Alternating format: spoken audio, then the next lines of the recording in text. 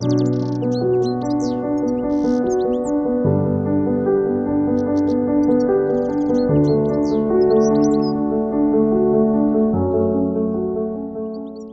to another myForest tutorial.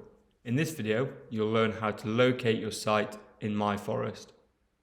Having launched myForest, you'll be presented with a standard mapping view. Please note, when you've mapped your site, your mapping background will automatically be set to your site boundary each time you log in. You can locate your site using the site address or postcode. In the top right corner, you'll find the Locate tool. Simply type in your address or postcode and click the search button.